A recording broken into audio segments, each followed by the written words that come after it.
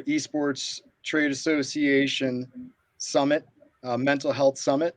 This is going to be a continuation from the Chicago episode that we did. Thank you all for joining us. Now, before we get started, I'd love to see who's in the audience. If you could just put a shout out in the comments where you're from and your name. Love to, say hi to a few people. And then while we're waiting on that, I'd love to have our panelists introduce themselves. I'll start. My name is Josh Otero. I'm the CEO and founder of NutriGamer, and also the founder and chairman of the Warrior Gamer Foundation. And what we do is we pair the military and veterans with gamers to engage in meaningful interactive play with a focus on mental health and suicide prevention. And then at NutriGamer, we provide healthy cognitive performance drink mixes for gamers, esport athletes, anybody in the cognitive health space. JD, did you want to introduce yourself? Sure. Thank you, Josh. I'm John Drozd. I go by sort of JD. I'm a board-certified medical psychologist. I'm a neuroscientist. But before all that, I was a gamer. So I've been playing since the Atari 2600s back in the last century. So happy to be here. Thank you, JD. Sarah? And I'm Sarah Hill. I'm the CEO of Helium, and Helium is an immersive media channel that's powered by your body's electricity. So anything that captures data, whether it be an EEG headband or a smartwatch, we create immersive stories that teach the user to learn to self-regulate their brain patterns as a reminder that their thoughts have power to control things not only in the virtual world, but the real world as well. So great to be here and to have this great conversation about a very important topic. Well, thank you both for joining us. It looks like we got Rich out there. Hey, Rich. And then a few people from Texas. Welcome, Texas. I've never heard of Dripping Springs, but it sounds like a very pretty place. So excited to kind of talk about this. Now, JD, did you want to talk about, before we really get started, because I'm going to have us watch a video before we get started, but I'd love to maybe explore a little bit what you're doing with the foundation, JD. Sure, absolutely. So with the Warrior Gamer Foundation, we promote behavioral health and optimization through inclusive intergenerational gaming and esports events. And so we match active duty personnel and veterans and first responders with young people of all ages in game play.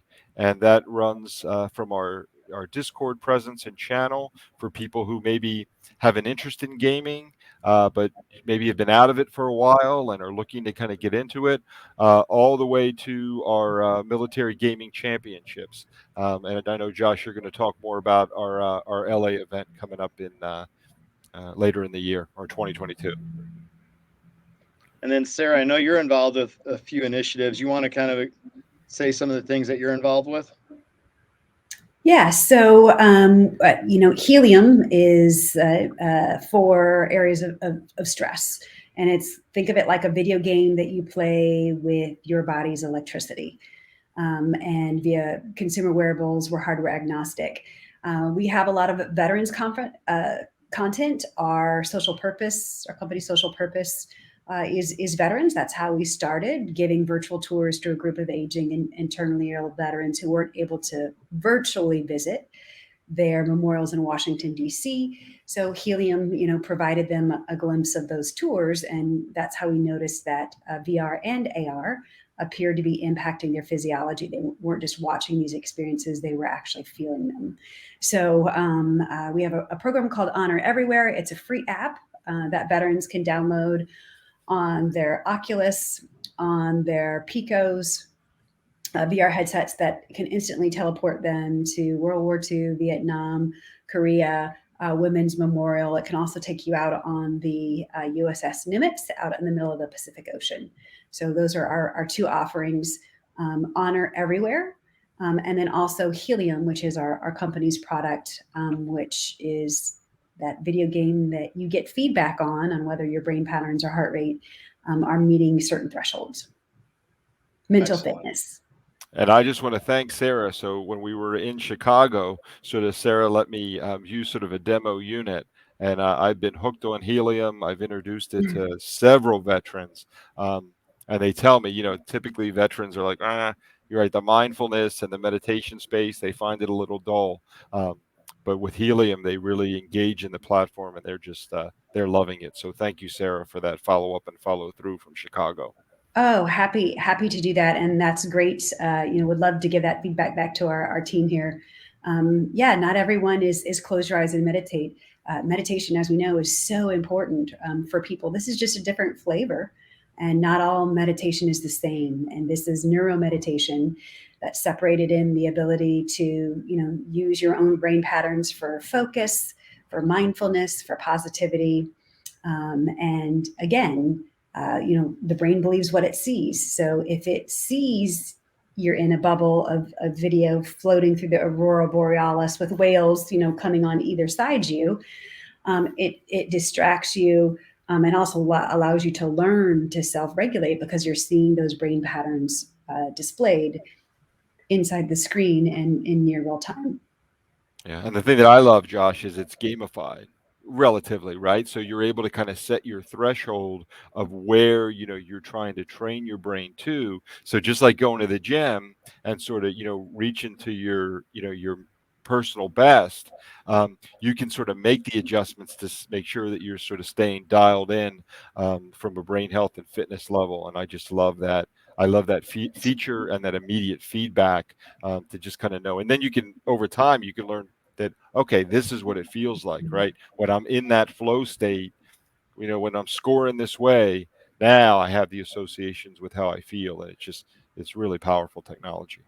That's a good tipping off point. But first, I want to. So Dripping Springs is right outside of Austin. Very exciting. And then, pretty neat to see we've got a couple international guests on here. One from Nigeria, and then one from Ukraine. So welcome, and then Columbus, welcome.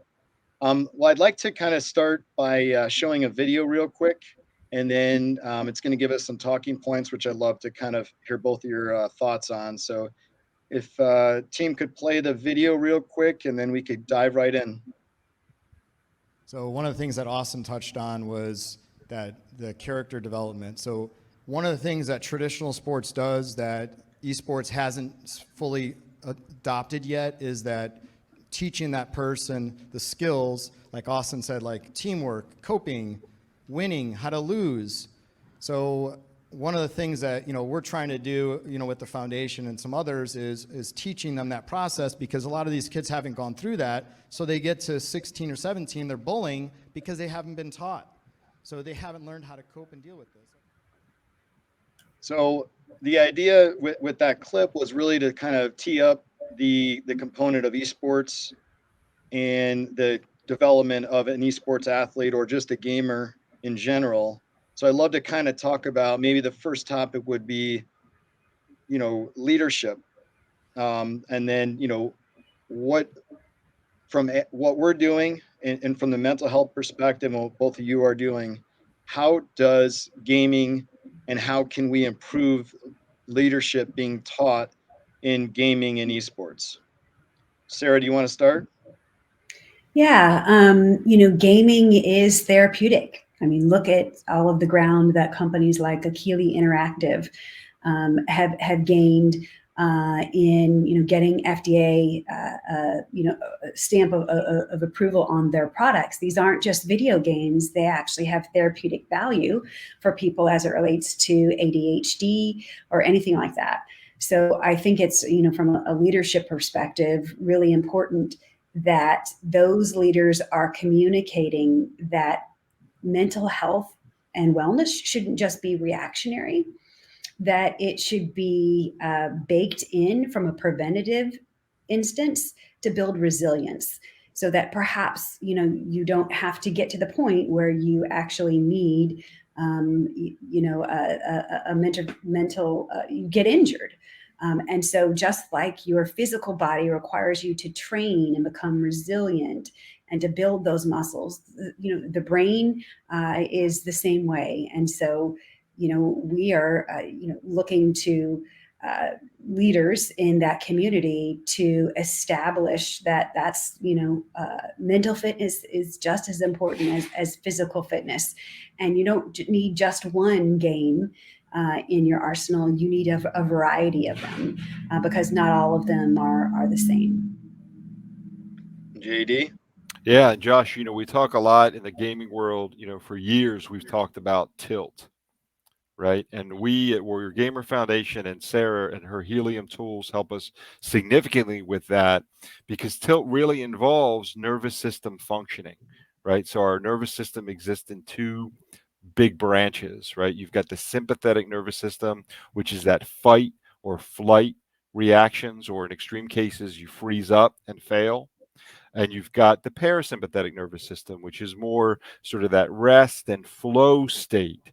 And so in gaming, and especially esports, we're trying to train flow states, not only at the individual performance level, which has to do with learning neurohacking skills to control and modulate your physiology, but also at the social level, which has to do a lot with team communication.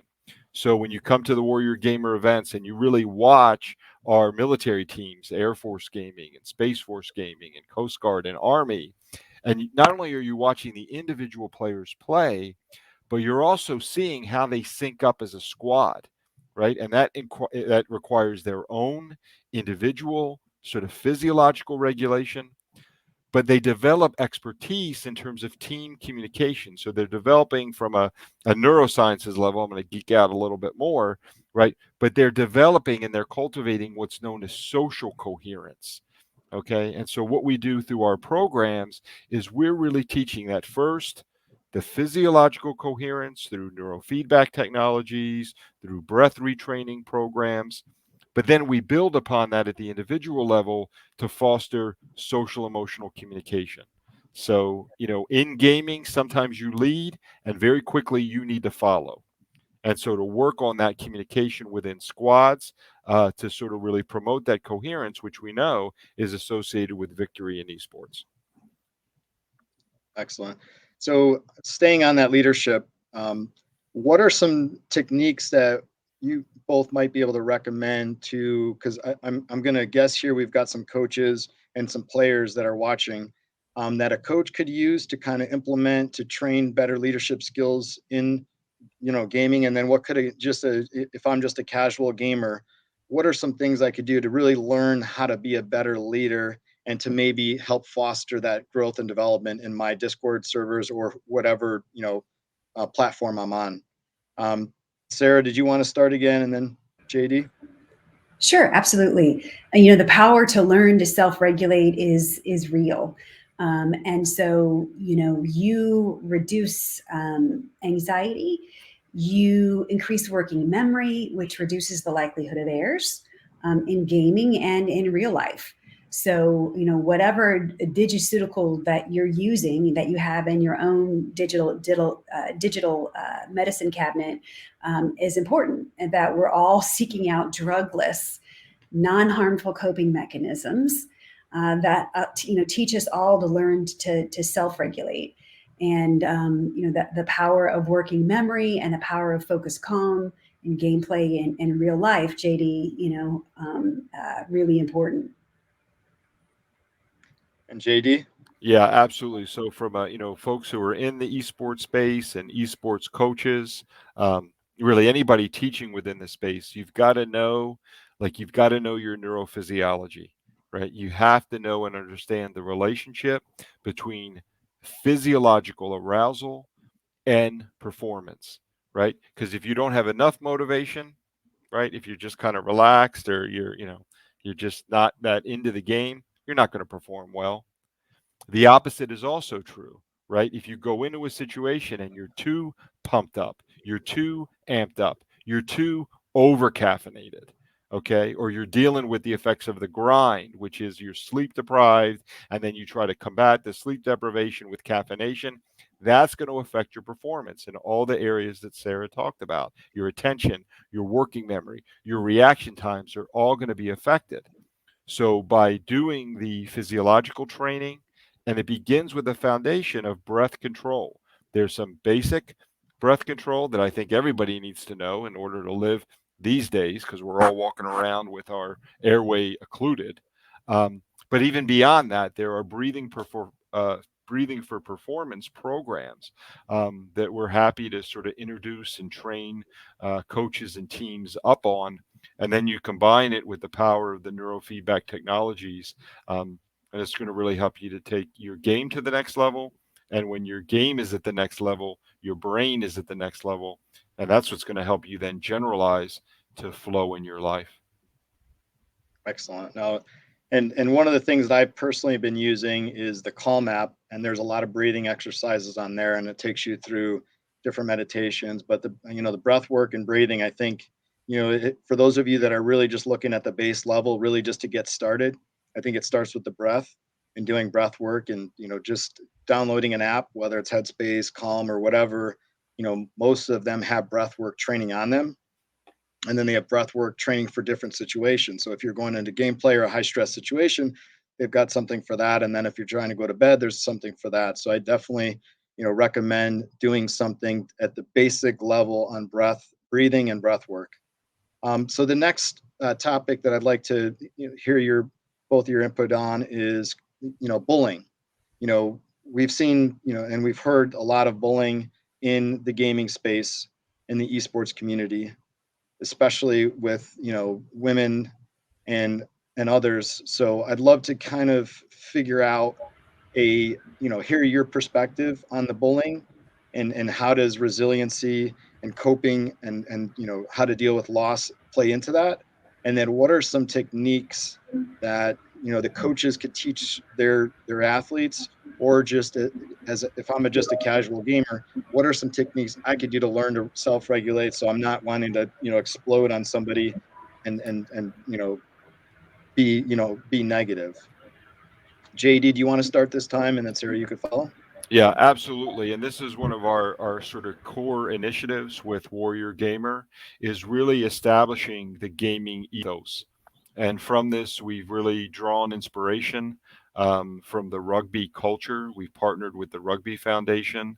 We've partnered with others, because if you look at the game of rugby, it's a really intense sport, right? It's a combatant sport.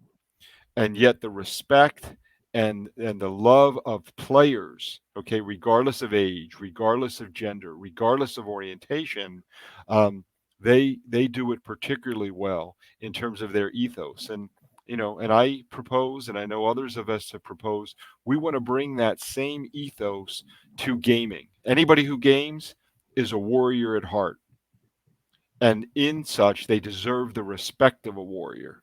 Okay, doesn't matter age, gender, orientation. Okay, none of those things sort of matter. We want to promote that. We are an inclusive community, and that requires an element of respect. And as a culture, we define and we state those values. And then every opportunity that we have, we want to be protecting those values. So if you see someone being attacked, and it's the saddest thing I've ever seen, is to walk into a Discord or to be watching a Twitch stream, and some no name behind a screen decides that that they're going to puff up and they're going to get toxic with people, and we've got to call it out. There's no place for that in our gaming world, in our gaming culture. So those are the values that we define, those are the values that we stand for, and we have a responsibility to promote that at every level. I like that, and really sticking up. So if you're in that server, or if you're in that Twitch channel and you're one of the people in the thread, sticking up for that person and not letting that bully continue their conversation.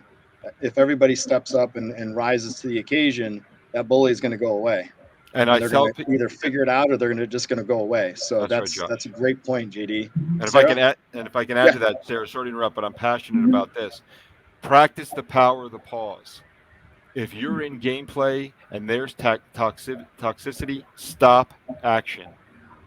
Hit the pause button to call it out, and we're not going to continue, okay, until this is done. Take a break in the action to move forward. Sorry, Sarah. Thank you. No, that's a great tool. I love that pause in the action, and also that gamers are warriors. Absolutely. And I love how technology is, and other companies are stepping up to try to solve some of these problems. One of them is called Gamer Safer. You might be familiar with them. They're an early stage company, but they're providing that identity verification, that technology to scale that safety, and also fair play for esports and all other, multi-player gaming. So, certainly adopting those practices, and then also the technology companies that are coming along trying to solve that as well. And that company is called Gamer Safer, and they're at gamersafer.com. Excellent. So one of my big initiatives is really, a strong mind, strong body. And if we're only training our mind and we're not training our body, that leaves a weakness for us. So I'd love to kind of dive into training the body, and I would include not just training from a physical standpoint, but training from like what you're putting in your body. Obviously with my background in sports nutrition and fitness and mental health, it's a important factor for me, but I feel it's an important factor for those that want to really hit that next level of success. So I'd love to get both your opinions on really that how does, fitness play into gaming, and then how does, tie that in with the nutrition, because what you're putting in your body, it's still your body. So, is drinking a Coke, is that going to take you to the next level, or is that actually going to, affect you? And I know it may not be your specific area expertise, but I know you both have some, experience in that topic. So Sarah, do you want to kick us off? Sure. And I should say I'm the technologist, not the scientist. That's JD's category. But I can talk from a technology perspective in that the brain believes what it sees. A great example, one of our users was inside our games, that you use your brain patterns to float up the side of a waterfall. And so as they're floating up the side of the waterfall, at the end of that experience, he says, "My left arm feels wet." And I was like, "Why is it?" And then, it hit me is that, his brain was believing that he was inside the side of that waterfall. And so, that side of his body felt like it was being drenched by the water that goes in there. So, imagine the ability to do that with your mind, and all of that working memory that frees up when you have the ability to learn to self-regulate inside those instances. Maybe it's inside gameplay. Maybe it's before you go to bed at night, and you have those ruminating thoughts that you can go back to that waterfall, or go back to some visual place in your mind, that maybe you were in a VR headset, maybe you were just on a mobile device, or you watched a video, and you learned to self-regulate.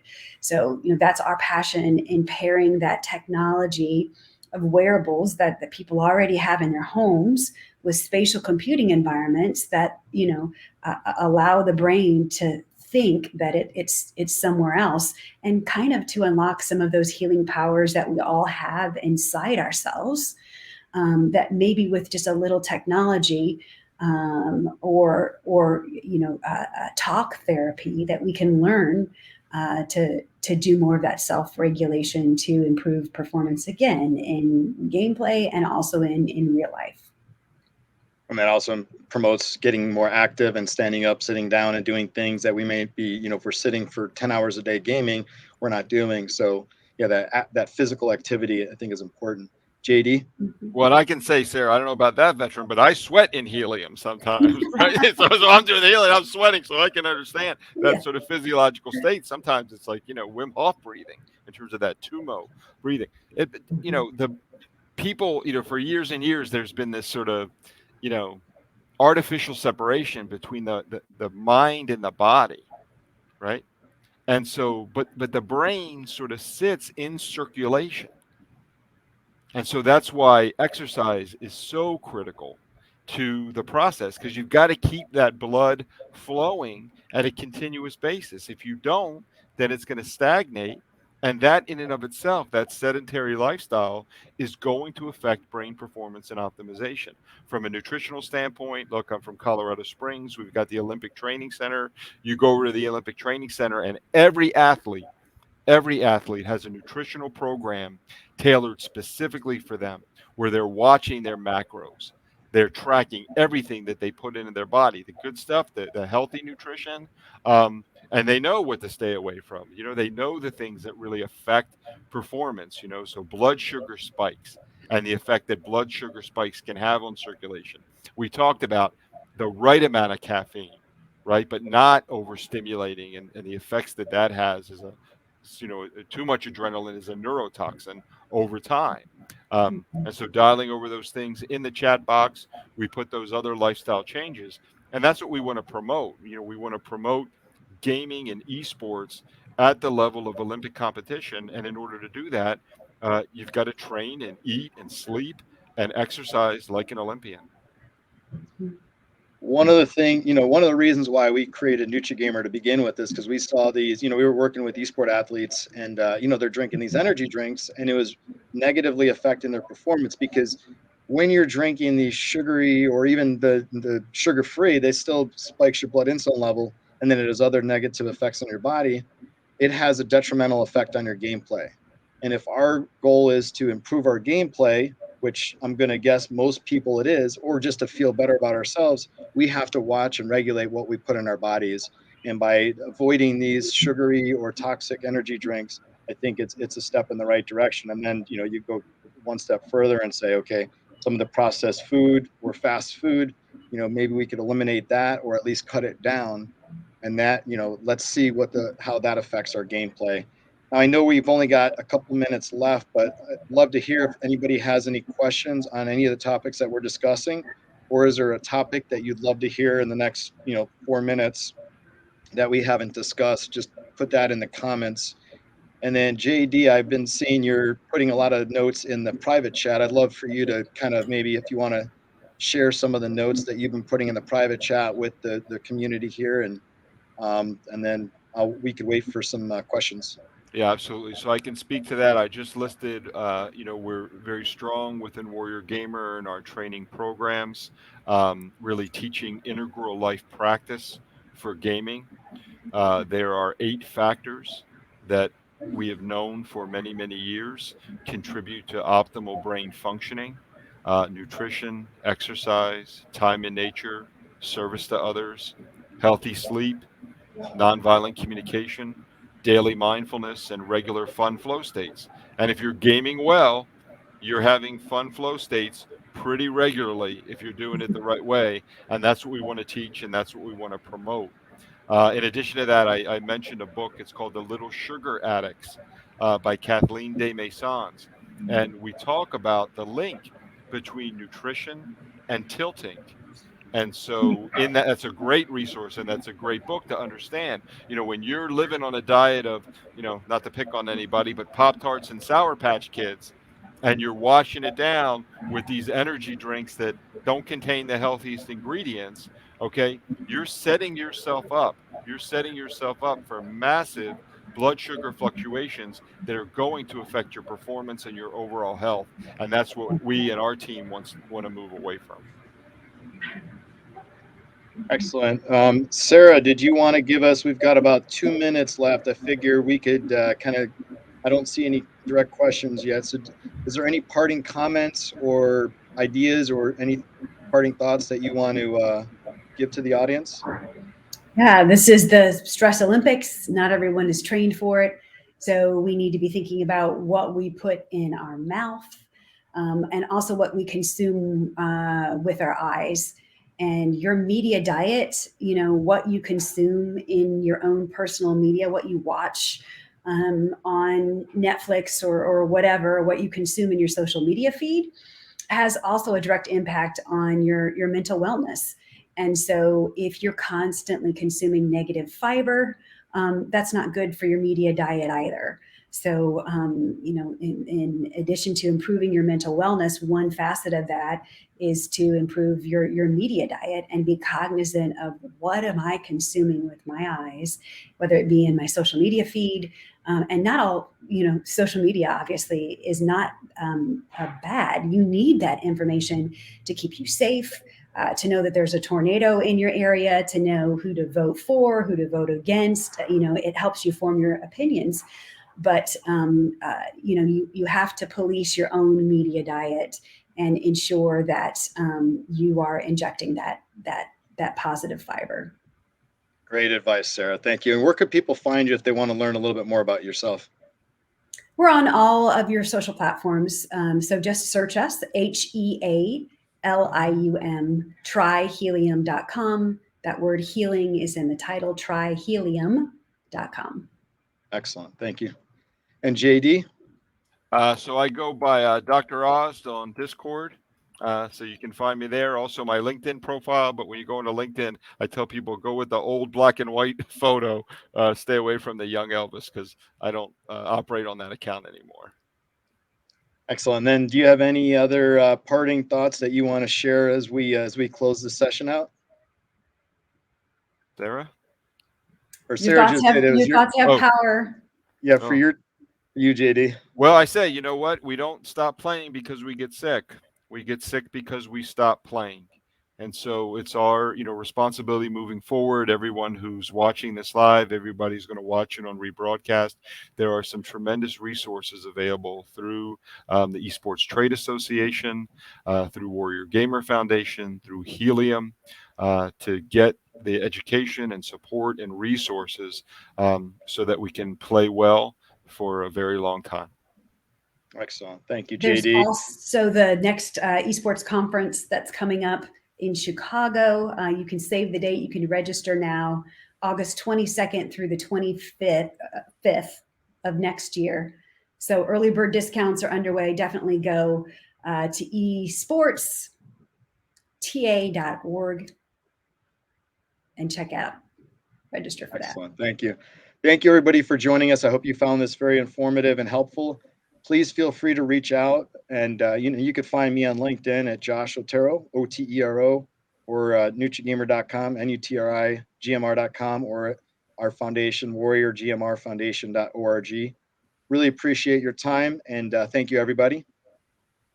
Great. Thank you, Josh. Thank you. Yeah, thank you.